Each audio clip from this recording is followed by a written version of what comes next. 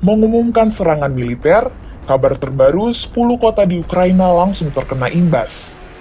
New York Times melaporkan bahkan serangan sudah sampai ibu kota Ukraina. Suara ledakan terdengar di Kyiv dan kota terbesar kedua di Ukraina, Kharkiv. Serangan juga terjadi di Kramatorsk di wilayah Donetsk. Ini adalah wilayah yang diklaim oleh kelompok pemberontak separatis pro-Rusia sejak 2014.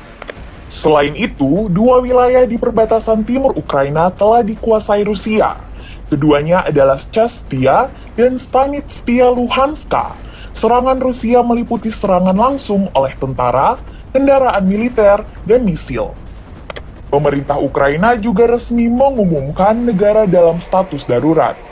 Sirine peringatan menggema di Kyiv, Lviv, dan kawasan perkotaan lainnya. Warga berbondong-bondong berlindung di stasiun bawah tanah. Antrean panjang juga terjadi di pom bensin Kyiv.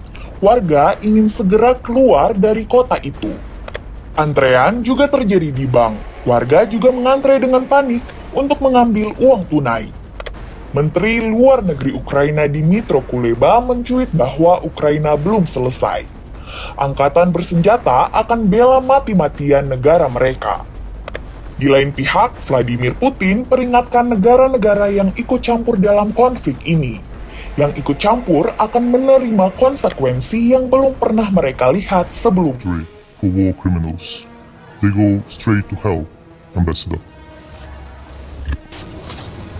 Duta Besar Ukraina untuk PBB, Sergei Kislita, langsung mengutuk pemimpin Rusia akan langsung ke neraka karena memerintahkan penyerbuan ke Ukraina.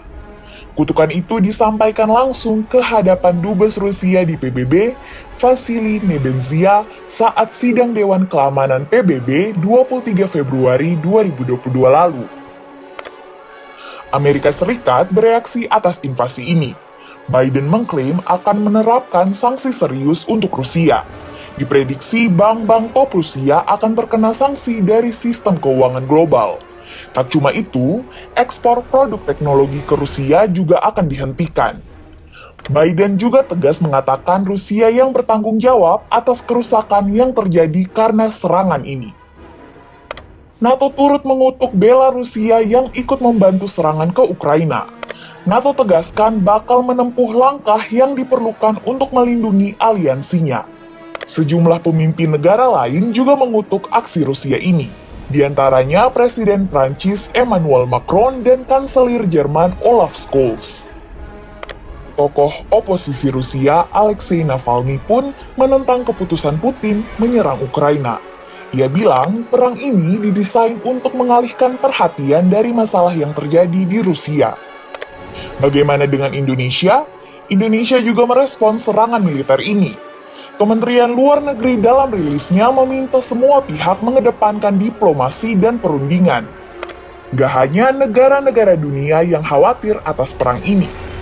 Badan Sepak Bola Eropa UEFA ikut mengutuk keras aksi militer Rusia ini.